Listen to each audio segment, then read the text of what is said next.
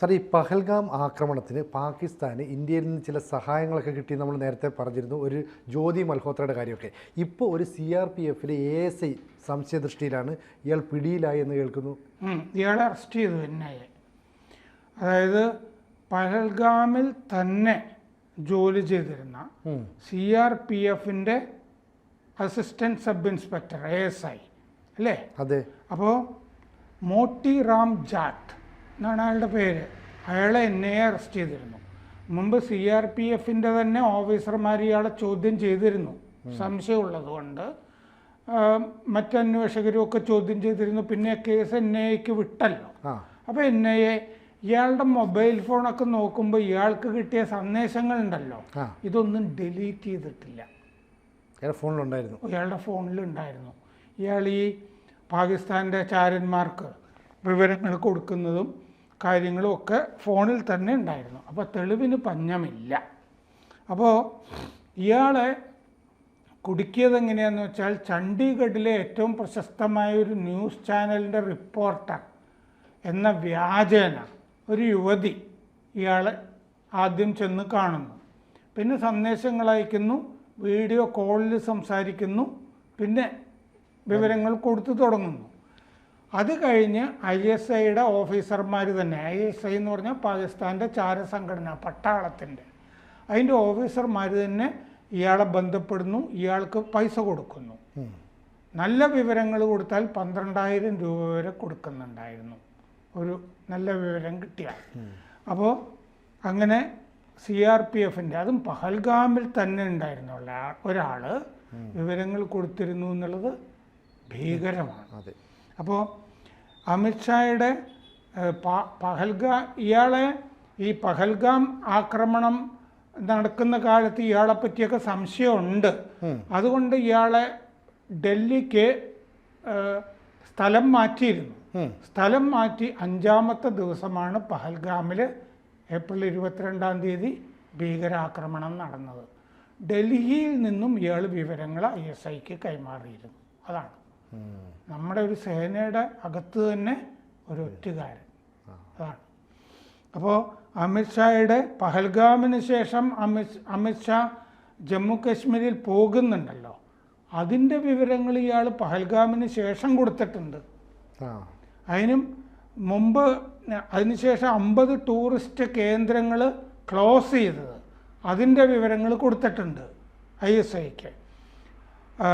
CRPFിൻ്റെ നീക്കങ്ങൾ, central reserve police force, അതിൻ്റെ നീക്കങ്ങൾ, അതിൻ്റെ ശക്തി എന്ന് പറഞ്ഞാൽ അംഗബലം, ആരൊക്കെ ആണ് നയിക്കുന്നത്, ഈ വിവരങ്ങളൊക്കെ കൊടുത്തിട്ടുണ്ട്.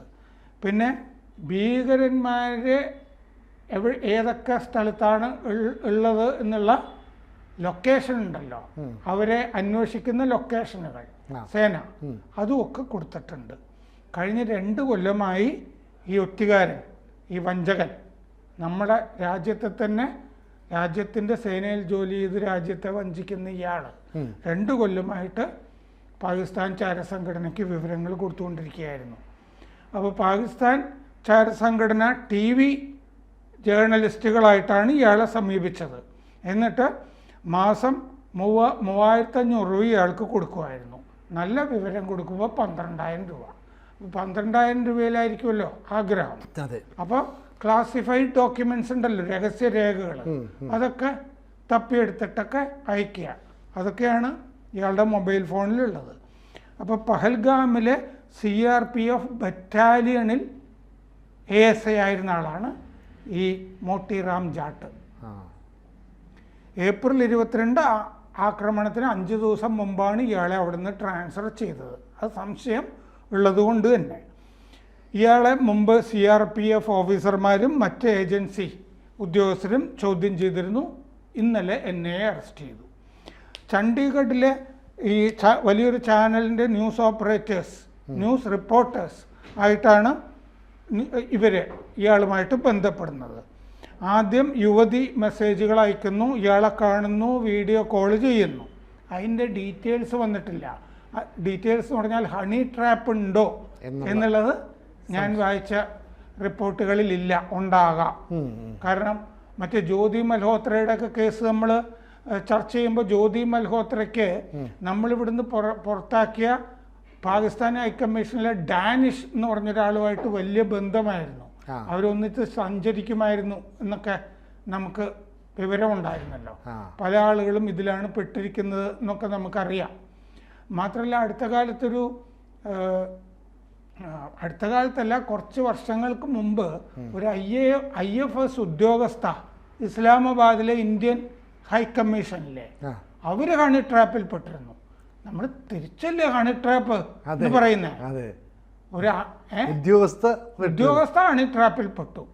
അതായത് അവർക്ക് ഒരു 50 വയസ്സിന്റെ അടുത്ത് പ്രായം ഉണ്ടായിരുന്നു.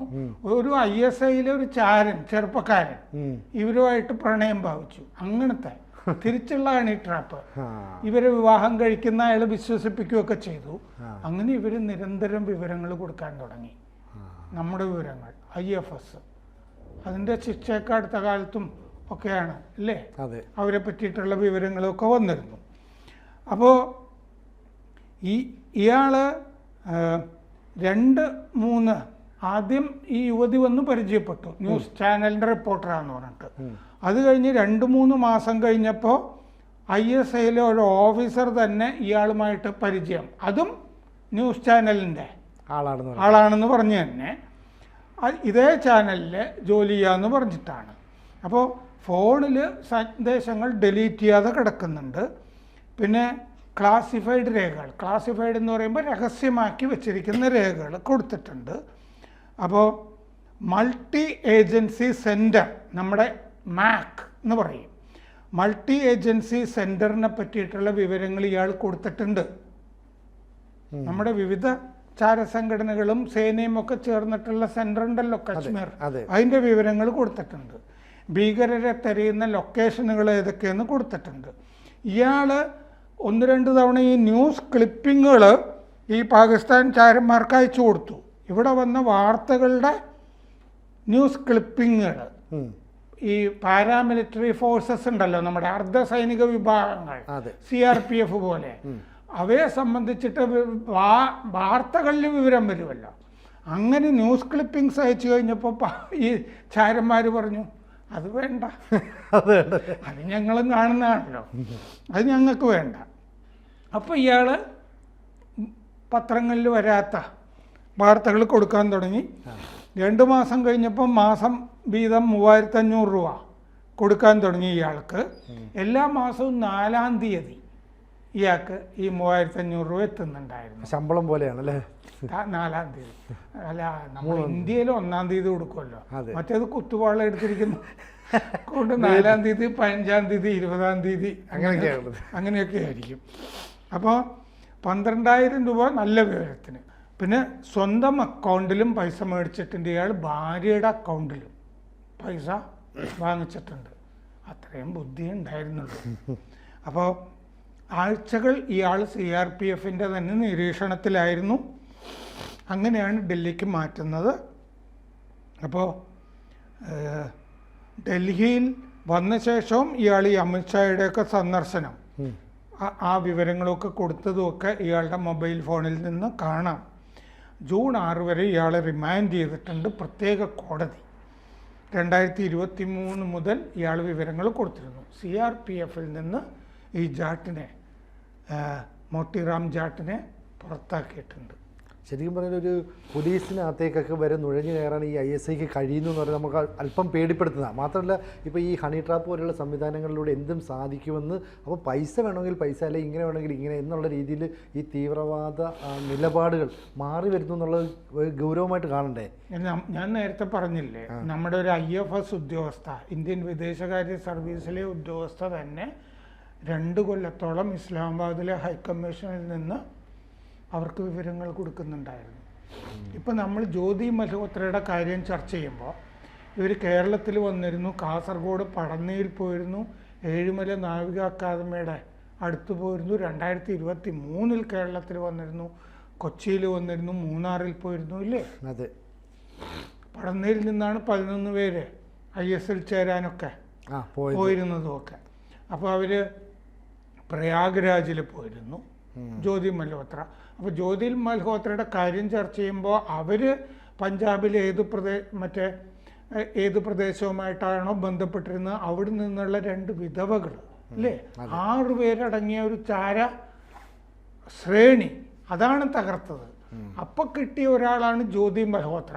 അവരൊരു വ്ളോഗറും ഒക്കെ ആയിരുന്നത് കൊണ്ട് ആണ് അവർക്ക് പ്രാധാന്യം വന്നത്. മറ്റ് 5 പേരെ പറ്റി നമ്മൾ ചർച്ച ചെയ്തില്ല. പിന്നെ നമ്മൾ ഇപ്പോൾ ചർച്ച ചെയ്തത് എന്താന്ന് വെച്ചാൽ ഇയാൾ CRPFലെ ASI ആയതുകൊണ്ടാണ്. കപ്പലിനകത്ത് തന്നെ കള്ളൻ എന്ന് വന്നില്ലേ, അപ്പോൾ അതുകൊണ്ടാണ് ചെയ്തത്. അപ്പോൾ വേണ്ടത്ര ജാഗ്രത ഉണ്ടോ ഇത്തരം കാര്യങ്ങളിൽ അല്ലേ സേനകളിൽ തന്നെ എന്ന സംശയം കൂടി ഉയർത്തുന്നതാണ് ഈ സംഭവം. കൂടുതൽ വാർത്തകളും വിശേഷങ്ങളും നിങ്ങളിലേക്ക് എത്താൻ ABC മലയാളം സബ്സ്ക്രൈബ് ചെയ്യുക, ബെൽ ബട്ടണും അമർത്തുക.